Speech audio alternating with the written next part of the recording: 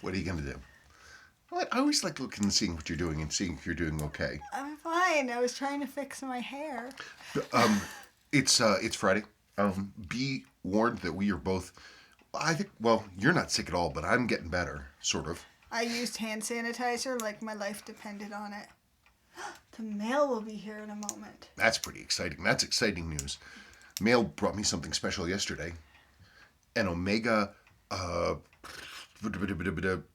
my brain. I'm sorry. I've got sick brain. I can't think.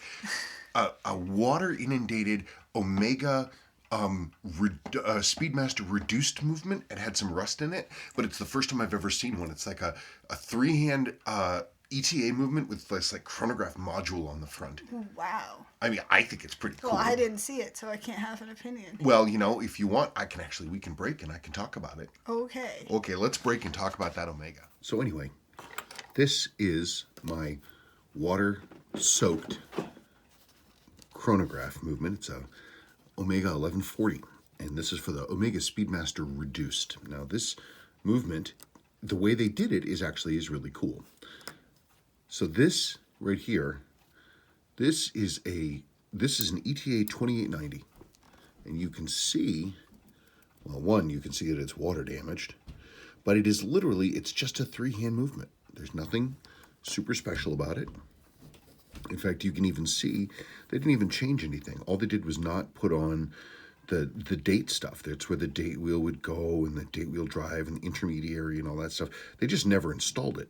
And it doesn't have a traditional cannon pinion and fourth wheel, anything else like that. It is this sort of blanked off thing to basically turn this three-hand movement into an engine where it just pulls the power off, and the power then gets shunted into this, which is the chronograph module. It goes in there, right in that center, and then it pulls the power off and runs everything that way. You can see now at your position, let's say at 8 and 10, those are the stop-start levers and everything else like that. Look at all the crazy jewels that are in there. And that way you convert a three-hand movement into being a chronograph. People used to sniff about this. I remember the first time I became aware of them, people were like, it's not a dedicated chronograph, and whatever, piece of garbage. But then I was thinking about it. Here's a value 7733, I think. No, it's a 34. And I was like, well, that's what all these chronographs are. You have the main plate of this thing, and it's just a three-hand watch, and you add on chronograph stuff, but instead of being a separate module like this, instead you have the components built onto the back of the movement. So you have this right here. This is on a pinion that is being pulled off here, and it's pulling power from the train and running it through all the chronograph elements. So it's the same thing. It's just the fact that one is integrated and one is separate. That's really about it. I really need to work on this watch. It's been in my parts drawers forever. Anyway, but that's how that's done. You haven't seen it? No. If you want, we can film the segment and then we can come back. Well, the mail's coming. Slowly but surely. Oh, she'll be around the corner. Do you want me to stop this? Why can't I just see it? You can, but we'd have to stop this because otherwise it'd just be the camera filming the wall. No, why don't you go and get it and bring it over here? Okay, I'll do that. But then the people won't be able to see it. Well, they already saw the segment. They did? Yes. Oh. I don't know. It's a neat way to do it. So this is like a standard ETA movement there, Omega 1140. So you have the Omega 1140 right there, see? And this is a regular three-hand movement.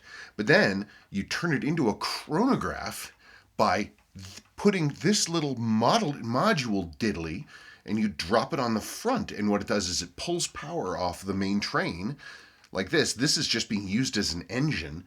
And then it becomes a six-hand chronograph. It's pretty neat. It's a really neat setup. What?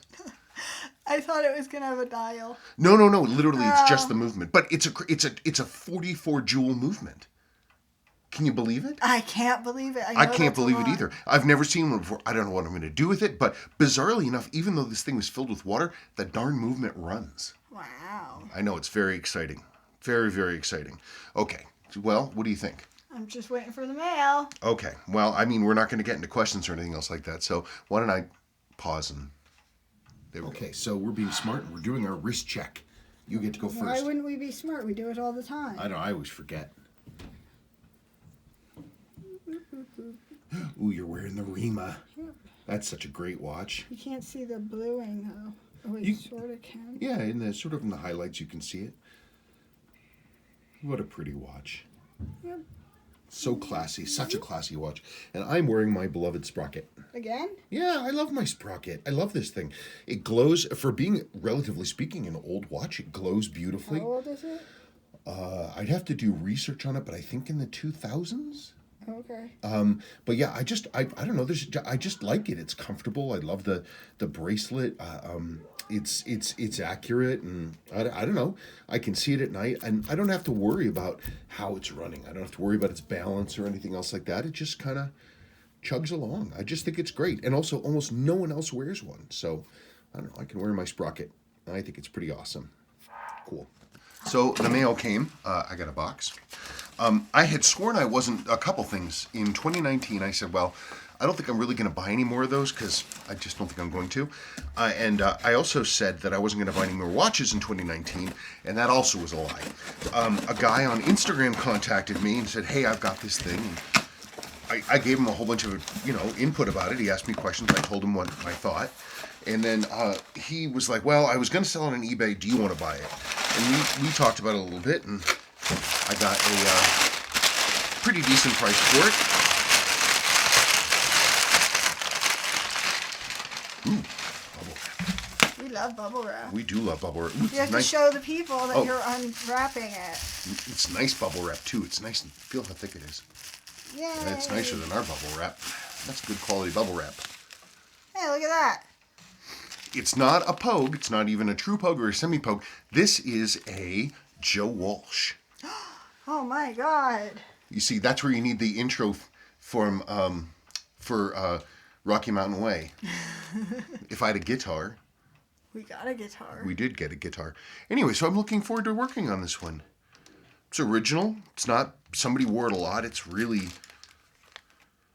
worn, but I said I wasn't going to bring in any more of these. Yeah, so here's this one. I hadn't really planned on buying any more of these. We came to a pretty good deal. I think good for him, good for me. Because you're not seeing too many of these in this condition anymore. This one obviously had some sun. The reason I was interested, though, of course, is for the thing I always talk about, which is that the dial is clearly clean and it's got nice white lume. He said the minute counter hand was in this thing somewhere. Oh, there it is. It's caught down there. You can stuck right in there. There it is. There's the minute counter hand. Would you stop it? Yeah, and there's the spring. So it broke the crown off, and so but the spring and the gear should still be in there. It's not bad, honestly. It's not bad. Case will look a lot better when it's clean, but the buttons are stuck, which is real typical for an unrestored piece. I guess since I'm sitting here, let's get that off. Case back off. Let's see what we see in here, huh? Yeah, somebody wore the heck out of this watch. Ooh, the back is on really firmly. I'm gonna have to lean on it. I'm excited. Do you have a Joe Walsh? Oh yeah, this is just a No-Tex 6139 6005. But I don't know what his actual model was. I've actually written him in a couple different places, and I've never gotten a response. Well, because in the promotional material for Hotel California, he's shown it, and he's wearing one.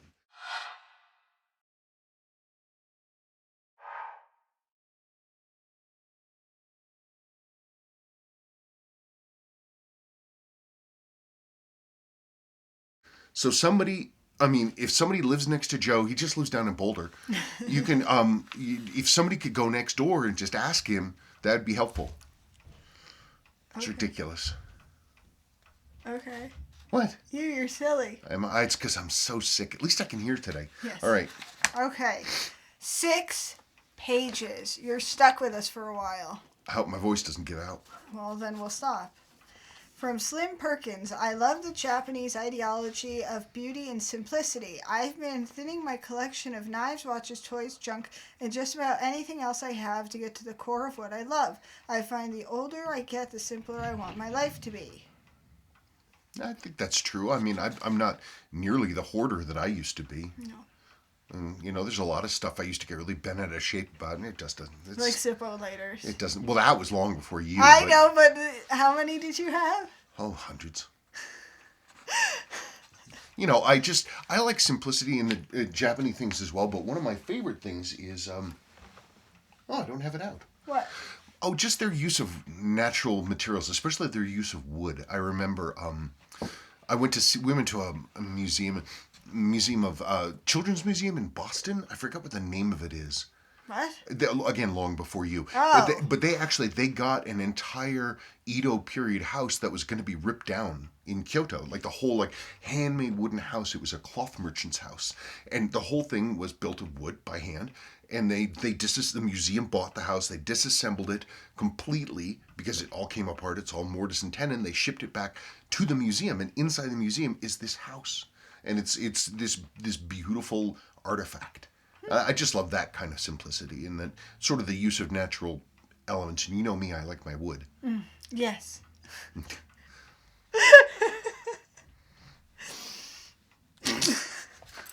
I don't know why I make her laugh. Because I may as well be 12. I have the sense of humor of a teenager. From CLO 27, nice sprocket. I traded the Citizen Skyhawk I bought off of you for one. Yeah. Well, I'm glad. I'm glad that you got some use out of that watch because I certainly didn't. As much as I loved the look of it, I just never wore it. I'm so sorry. That's why I don't buy him watches anymore. I feel terrible. But yeah, this sprocket is great. I mean, and they're I don't know, they're hard to find, man. I like them. BR. Good one. Keep them coming, please. Hey, for next mail call, my question is, why is Seiko not allowed in the certification of chronometer in the Switzerland competition each year? Because when they first, Seiko was considered sort of, I mean, everything in those days, made in Japan was the same thing as like junk. That's what it meant, made in Japan. They thought it was all garbage, and people didn't really take Japanese stuff seriously, and the Japanese, of course, take their stuff seriously. And so they started entering their watches into the chronometer certification competitions in Switzerland, and they won 2 years in a row. They beat all the Swiss stuff. And so then the Swiss said, well, you know what? This competition is now only open to Swiss companies. Well, that's not fair. What are you going to do? But this was at the start of the quartz crisis. This was when Seiko came out and basically destroyed the Swiss watch industry, from which it barely recovered. But now Seiko actually has their own chronometer certification program. They do in-house, and its qualifications are a little tighter than the Swiss one.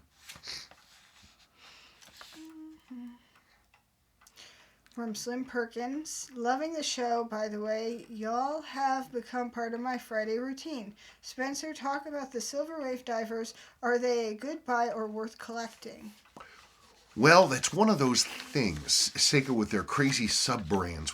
It's like when people say Seiko 5, or they say, in this case, Silver Wave. A lot of things are Silver Waves. They made versions of Silver Wave versions of all kinds of stuff, like the A239 Anadigi watches. They made a Silver Wave version of that. They made Silver Wave dress watches with 6306 movements in them. They have all kinds of it's more of a JDM thing, if I remember correctly. I think it's more of a Japanese thing, but there's no one thing that unifies all the Silver Waves. It's really hard to find one of those Silver Wave 6306s, though, because everybody had bought them and cannibalized them for their movements. So, I don't know. I mean, except for the fact they say Silver Wave on the bottom, there's just, it's a huge range of stuff. From John Jones. You will know my birth year and month watch instantly. My birthday is in September 1971. Pogue. Yes, I am new to the whole watch thing. I've always liked Seiko, but until 6 months ago, I've never owned an automatic or a good watch. All I could afford is junked up watches, so in this short time, I've learned some of the basics of servicing and repairing, with help from you and a few other YouTube channels. Recently, I bought an incomplete 6139 6002 for $85 Canadian. Yes, it's not a true Pogue, but it's what I could afford right now.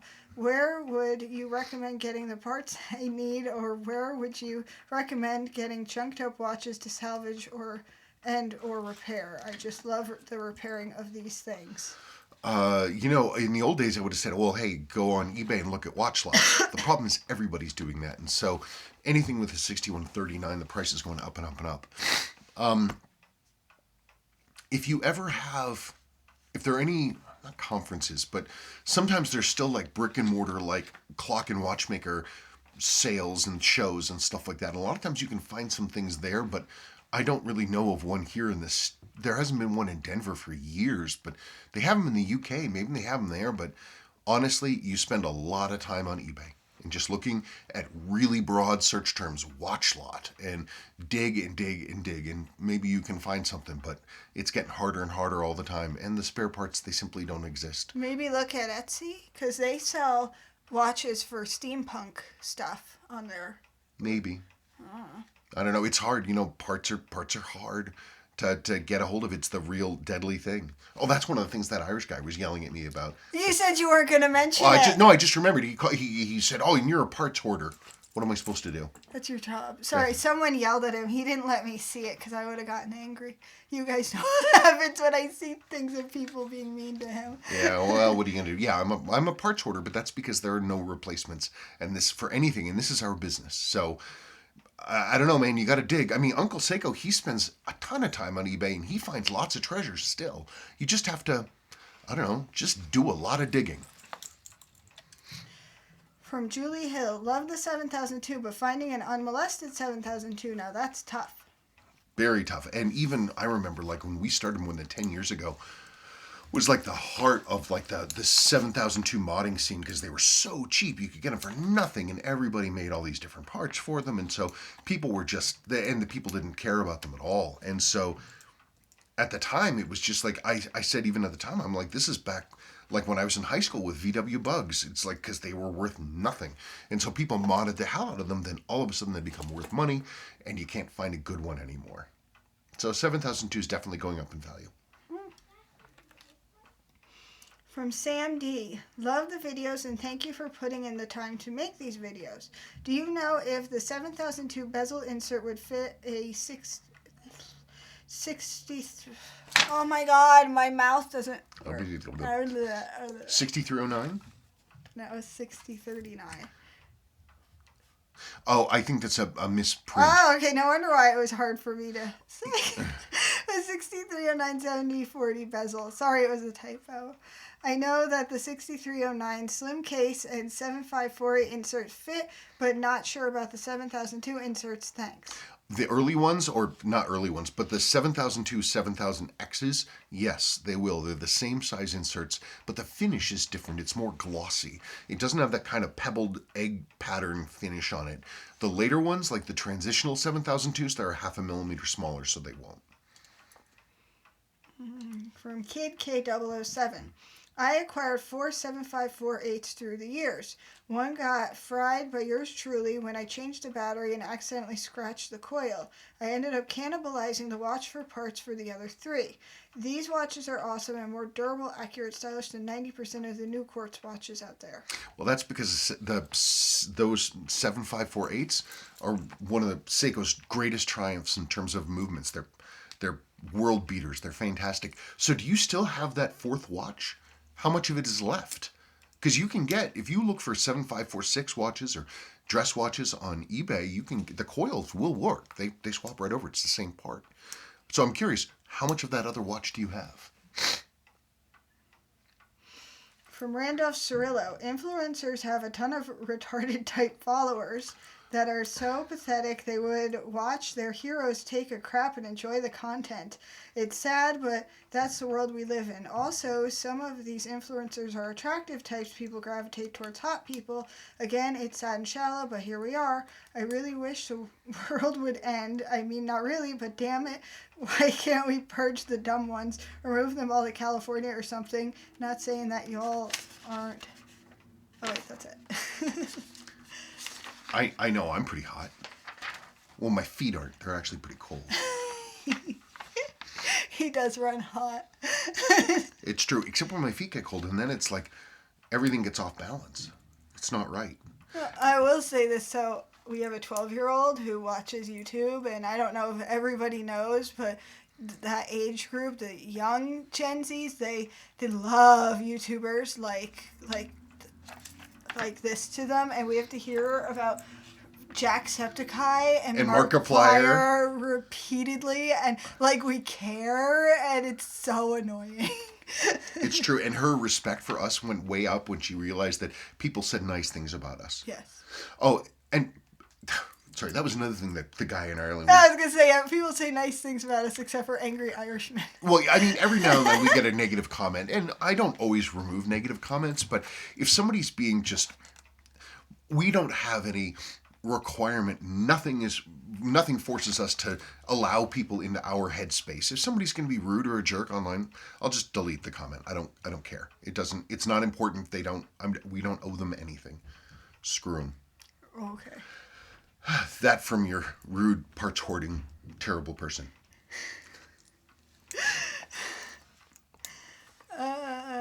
From Jose F. Gonzalez. Hi, Spencer and Sabrina. About long-term support policies, Seiko's not alone. I asked at a Citizen-branded store with a watchmaker on site about service for my 8110, and they would have laughed if not for the extreme contempt on their faces and tone of their voice when they said, "We don't service old watches." It's just too bad, and they abandon a huge section of their legacy, but maybe they're just not concerned about that kind of stuff. Well, they're more concerned with selling new watches because that costs more. Right, well, and they're cranking out 1 million of them. Mm-hmm. And it costs money to have Eli Manning be your spokesperson. Is he still? I believe so. I don't know. We don't watch TV anymore. They're talking about sending him to the Browns. I thought he was going to retire. I don't know. Who knows with Eli Manning? I don't care. I stopped watching football. From Troy Nacello. As usual, a great and entertaining video. Thank you. I have a question, though. I have a 6105 8110 in decent shape. The bezel insert keeps popping out, and no matter how I glue it, it keeps popping out after a week or so. I believe it may be warped or something. Any tips of a better adhesive to use? I presently use Gorilla Super Glue. I thought it was a premium glue compared to the cheap super glue you get in 3-packs at the register at Walmart supermarkets. Thanks for the help. Well, those things are friction fit. If that's the original insert and it's popping out, then something is seriously wrong. It's definitely badly worn. If it's an aftermarket, get a better aftermarket, because they should be a nice, firm friction fit. If it's an aftermarket insert that you have, I would go and get a better one from Harold Ing. Last name is NG. He's Yoboki's. And get a better insert or an original one. An original, even though that's kind of a hard ask, will snap in. There's no glue involved at all. Okay. Oh, then again from Troy Nacello. Also, I don't blame you for drooling over the sword. It's absolutely gorgeous. If I were a millionaire, I'd buy it for you in a heartbeat just because. Gosh, thanks. You all are great, and I love your videos. Have a great new year, and I truly hope Willow gets better soon. Thank you for all the entertainment and helpful advice this year. She did not get better. No, we had to take her back, and she had to get an antibiotic for sinus infection, and then Sebastian got the cold, and just like green goo coming out of his eyes. Yeah, and so I brought him to the doctor, and she said he has pink eye and an ear infection. And I had this like horrible nasal thing where I couldn't hear for the last day and something. And Sadie had a terrible cough, and it's been awful. And it's cold and windy outside, and everything's dusty, and it's super sunny. It's like the worst possible season in Colorado. So thank you for the best wishes. On that sword, yeah, I'm not going to spend $6,900 on that sword, as beautiful as it is. But, I appreciate the thought. Thank you. From Super Cruise. Hi, Spencer and Sabrina. Thanks as always for sharing your lives and knowledge of vintage Seiko. Question for next week's mail call. In servicing vintage Seikos, I have run into a few tough to diagnose run issues: erratic beat error, oscillating time graph line, and erratic timing that ultimately ended up being a bad pallet fork.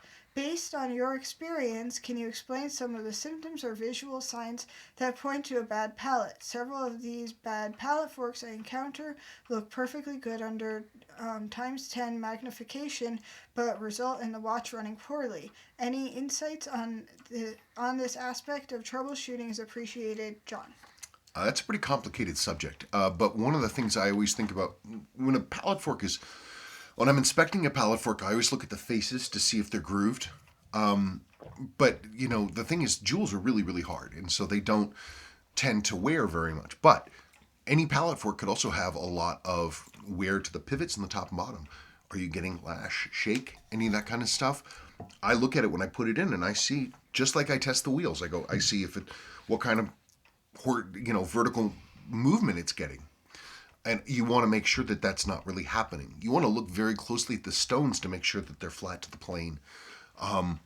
Also, just because your escape wheel, even if it's spinning nice and freely, if it has a lot of up and down, or if the the escape wheel teeth are worn and they're not engaging properly, that can also be a problem. Like sometimes you'll see it where you're looking at the numbers and one of the ticks is perfectly flat and the other one's going like this, that kind of stuff.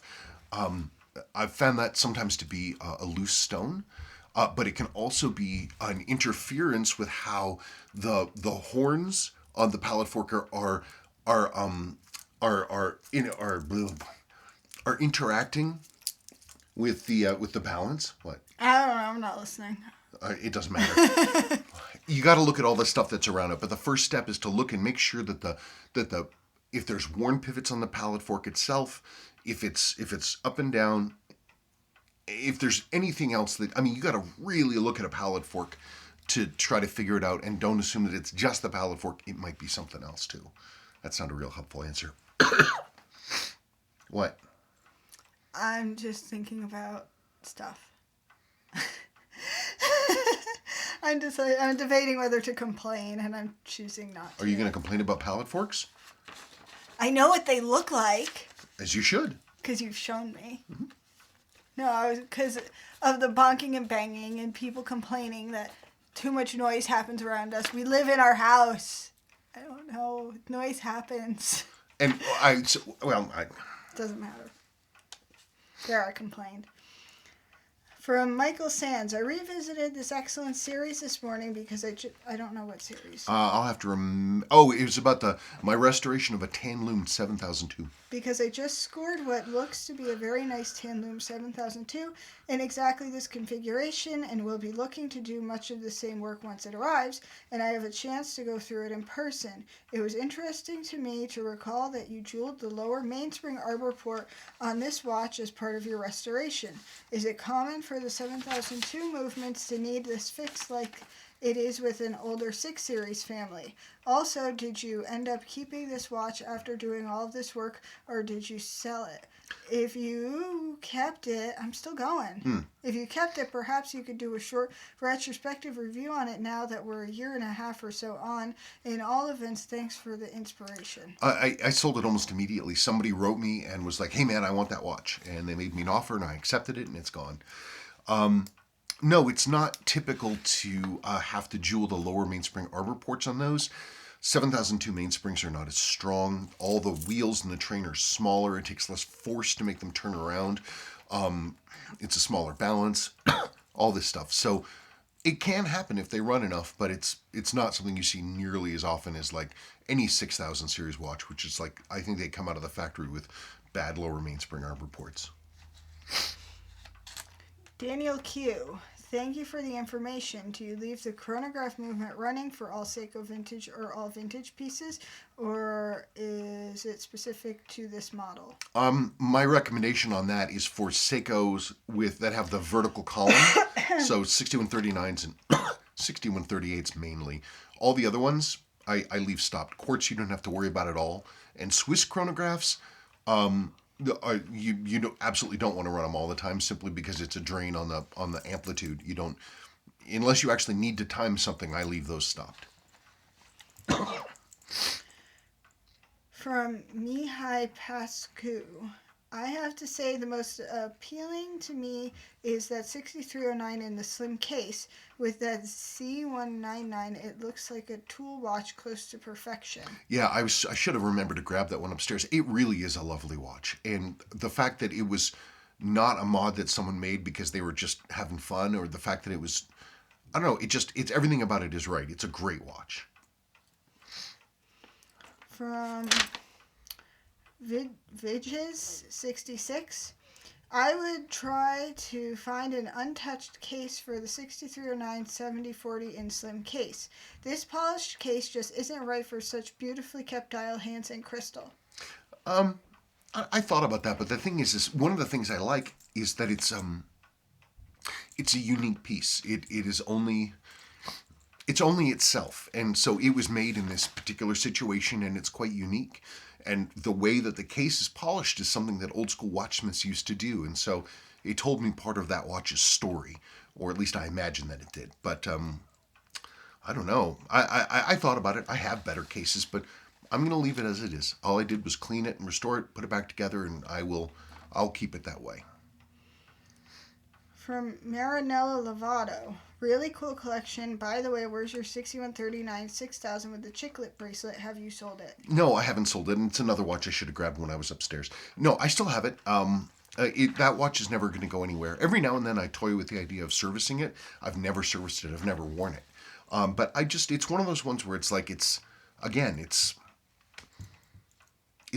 original. It is as now as it was then. And so a little bit of the past has been preserved and has never been touched. So I still have it. It's just in the safe. Daniel C. Hi, Spencer. I have a 7548 7000 I bought from a guy in the early 90s. It had been used by him to mod a 6309. He took the Z199 and the bezel insert. I have had it all these years. It is in near perfect condition, but I have never been able to get an original insert to match the condition of the watch. If you have one, I would pay the right money for one. I don't have one. I don't have an insert for that, but they're extremely hard to find. You'd have to find a watch in perfect condition in order to get one. I might suggest, again, go to Harold Ing, go to Yoboki's, and get one of his inserts. At least put that together, because they're very good. And then go to UncleSeiko.com and get one of his Z199s. At the very least, the watch will be wearable. His bracelets are great. They're great. How many more questions do we have? I want to take a break and charge this phone. Plus, I'm about to sneeze. Okay. Okay, so we're going to take a break. And we're back. Why'd you say it in that funny voice? I don't know. Why not? I don't know. Hang on, I'm confused. Are you? What did I leave? Confused, did they? Oh. Mike D. Really looking forward to more MG videos. I'm a Miata guy myself. Hope you guys have a happy new year. Thank you, man. I am so excited about doing work on the MG, but winter arrived in mid-October and it just won't leave. So there hasn't been any time. Also, some people seem to be really annoyed about the whole MG thing. Why are they annoyed? I don't know. They don't care about it, or I don't care about it. It's your channel. You can do whatever you want. I know. But it's the usual thing. You listen to the negative comments, not the positive ones. Well, there you got a positive one. MG. From the horologist. Wonderful, Spencer. Where's the 6159 in the safe? Did you have any luck finding out what the deal was with the bezel seal from the 679020, and how did you go with arranging the custom strap? I've emailed the guy but haven't had a response. I've just bought a Minty 679143, which is the dark brown case gold dial variant. I really love that rally diver of yours, and it obviously holds a special place in your collection.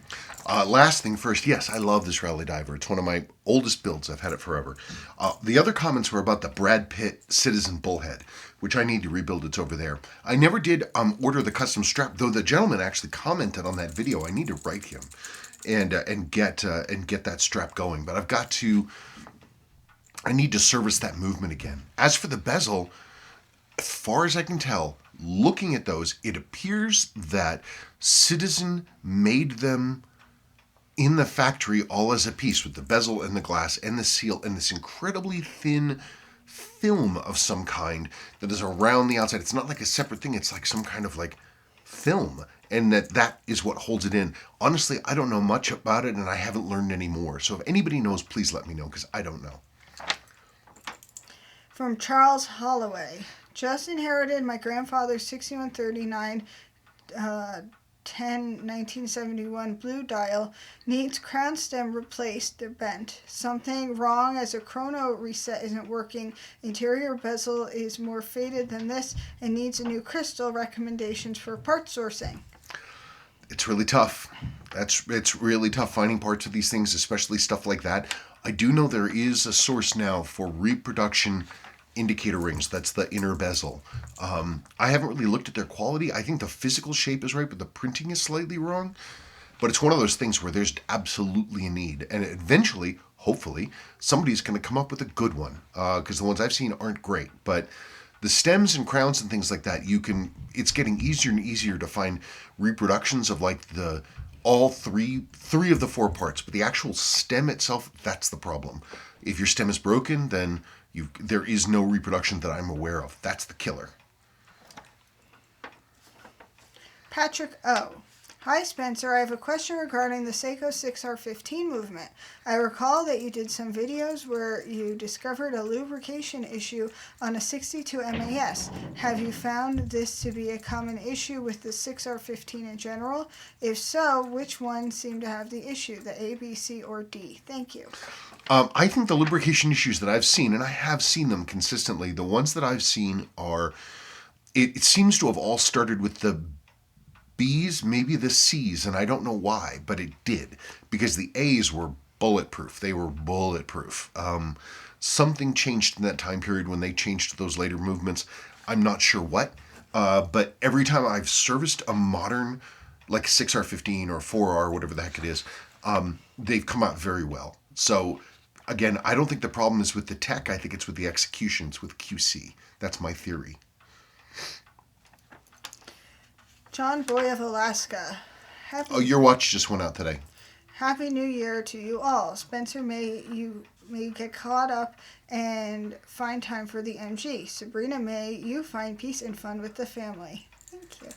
And for you both, may the new year bring more family fun and adventures.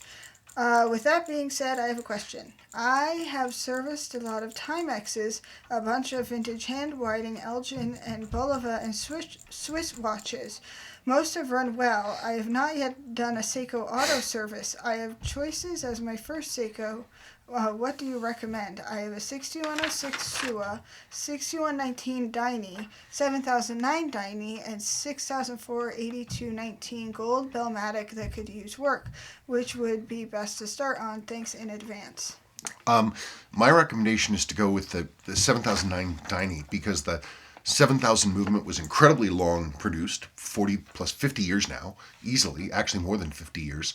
They're essentially still being made. That's what the 4R and 6R movements are. Heck, even the Marine Master movements are a derivation of it. Everything that Seiko does these days is built on the back of that movement. So, and plus they're cheap and plentiful, man. You can find 7005s and 7006s and 7009s and 7019s for nothing. They're all over the place. They're the greatest single thing, and you get one particular kind of movement and just rebuild it over and over and over again. You'll learn all you need to know. From Steve St. Martin. Hi Spencer, I've contacted you about a Seiko Arnold I need worked on. You said the end of the year, please is now a good time to send it in. I know it will take time and I have to get in line, but can I please send it in to get the ball rolling? Thanks. I feel so bad. The reason I included this comment is because so many people still contact me every day saying, hey, are you taking work yet? Are you taking jobs yet? Are you taking stuff? I'm not. I'm now 81 jobs. I'm 81 jobs deep. I got one more out. 81 jobs down. Summer, maybe. But when I do start taking... I went out to lunch with a couple of my high school buddies. And they're sitting there, and they're both... One guy's a good friend of mine. He's a luthier. And that's his deal. He's a teacher and a luthier. And the other person is somebody I've gone to school with every year since kindergarten. Really? Yeah, Eric Cox. Well, no, I didn't know that fact. Oh yeah, every not only every year of school, including elementary school, junior high, high school, and college. And then when I was leaving San Francisco after I'd lived there after college, he was just moving there. And then he moves back here. It's really weird.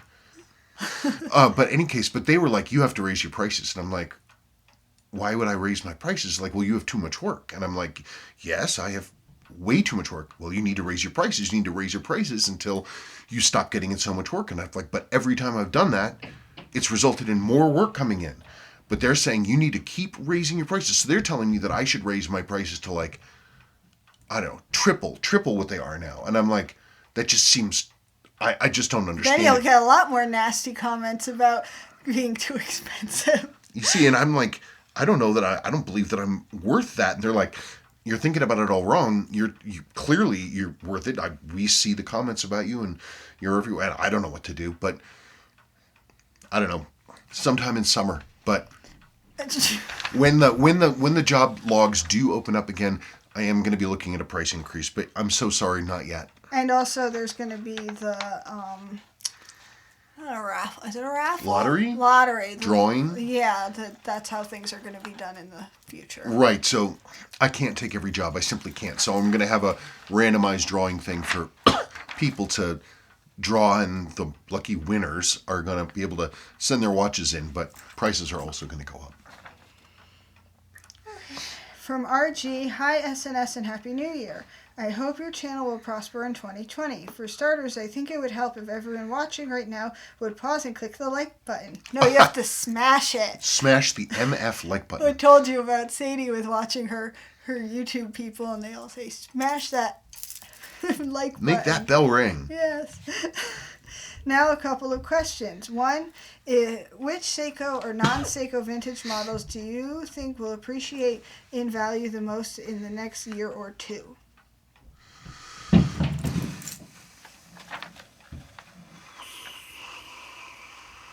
It's tough because everything these days is a limited edition. I don't know.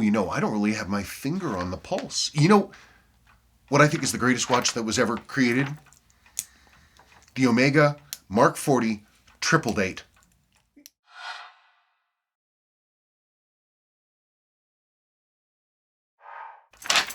I think it's a fantastic watch. 39 millimeters. I want one really badly, but they're like. And one came up for sale on the Watch Exchange subreddit, and the guy, I was like, oh, it's the exact watch I want. It's so cool. And it was $1,900. And I was like, dude, I'm a watchsmith. Do you want any trades? And he's like, no, I'm just looking for cash. But don't worry, people will buy your stuff. I'm like, oh, screw you. Yeah, I'm like, I don't need to sell anything. I just don't have $2,000, sitting around to buy a watch that I would then have to explain myself about. Yes. Omega Mark 40s. I think they're really cool. But in terms of Seikos, I'm amazed that there's so many vintage models that have gone down in value. The sport divers, the vintage 70-meter sport divers, people don't really seem to be onto them so much anymore.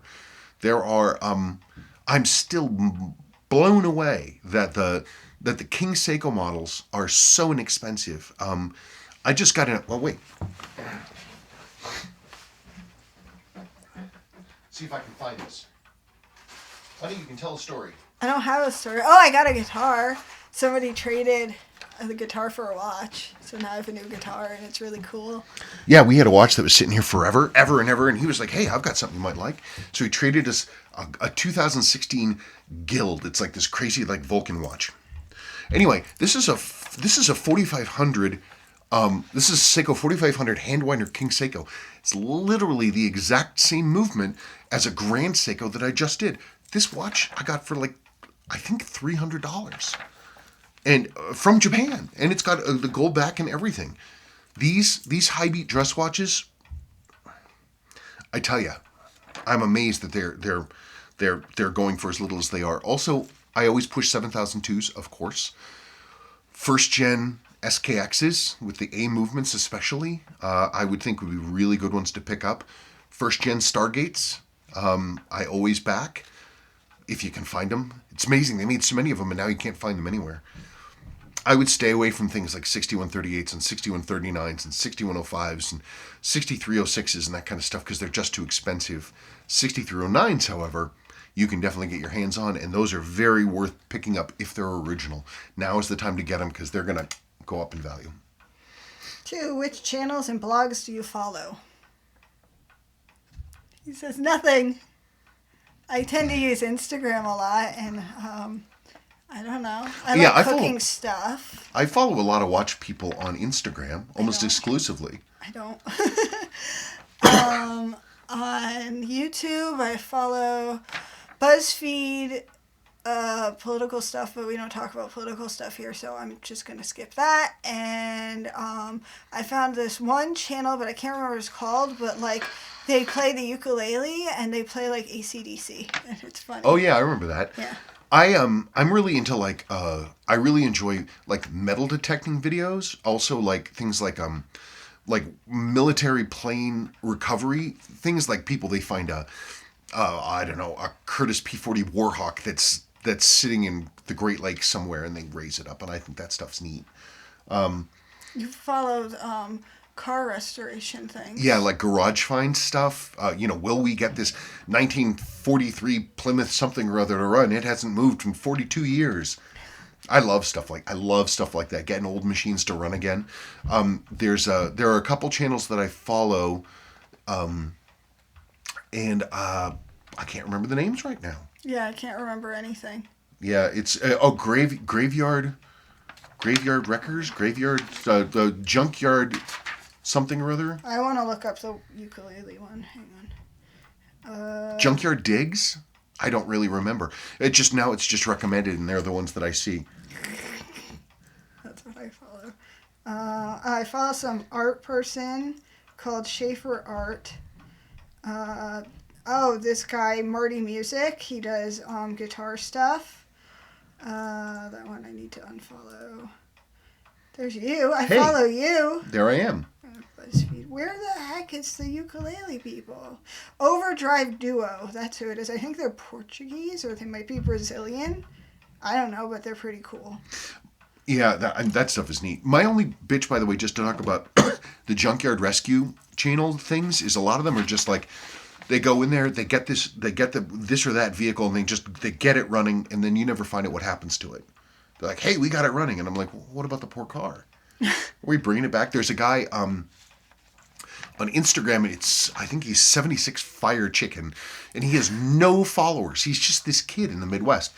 I think it's 67 Fire Chicken. But anyway, he found a 67 that it was rough shape, but he's going through the whole thing. He stripped it down to nothing, this teenager and his dad, and they're doing it right, man. They stripped it down to the last bolt. And so, but he has almost... That's what you need to do. But you want me to get the car running by spring. No, I don't. I didn't want it to sit like the stupid Jag, sitting for decades and doing nothing, and then getting the gas all glued up, and then it won't move, and then the thing just doesn't do any, and you can't even like breathe on it. Well, I can't help, Dad. There's nothing I can do about that. I don't want that in my garage. If you work on it. Every time I take another part off of that car, I'm like, I'm getting further away from my goal, which is to get this thing running by springtime. No. All right. I'll try to get that out of my head. But you won't. You get an idea in your head and it's stuck there forever. But that means I'm going to have to do stuff like I'm going to have to go get like a donkey jack to pull the engine out. I don't care. Just don't scratch the truck. Poor truck. That's really about it, unless we have any more questions. No, there's one more on that. How do you like the Valjoux 7750 caliber as compared to the Japanese pure calibers of that era? Well, I mean, it's a truck-like Swiss chronograph. It's not vertical column.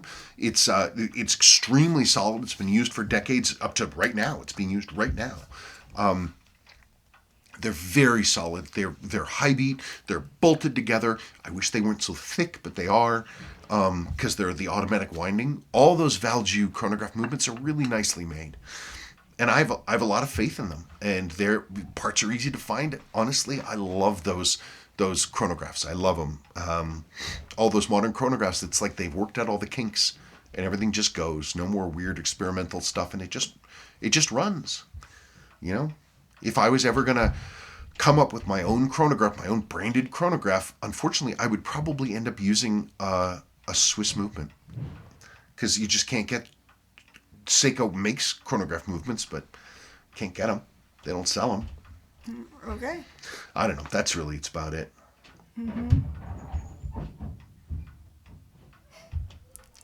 No screaming. No screaming. I thought there was going to be screaming after that. Okay. Well, that's about it. I hope that was a useful video. And remember, what you say online is a reflection of yourself.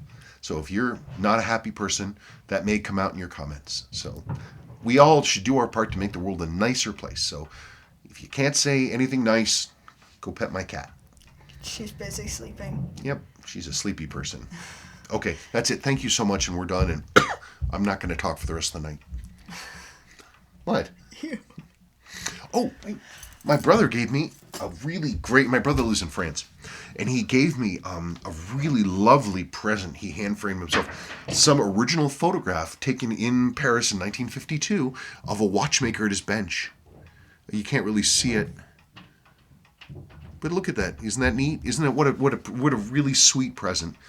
So I'll have to figure out a way to where I'm going to put that and hang that up. But that was really nice to see. So all best to you guys. Happy New Year. Thank you all for all the Happy New Year's wishes and all the best Christmas wishes and all the nice things that people say. And can't please everybody all the time, but all you great people take the time to talk to us, and we appreciate it. So thank you. Mm-hmm. All right. Okay. Now we're done. Goodbye. Pizza night. Yay. Bye.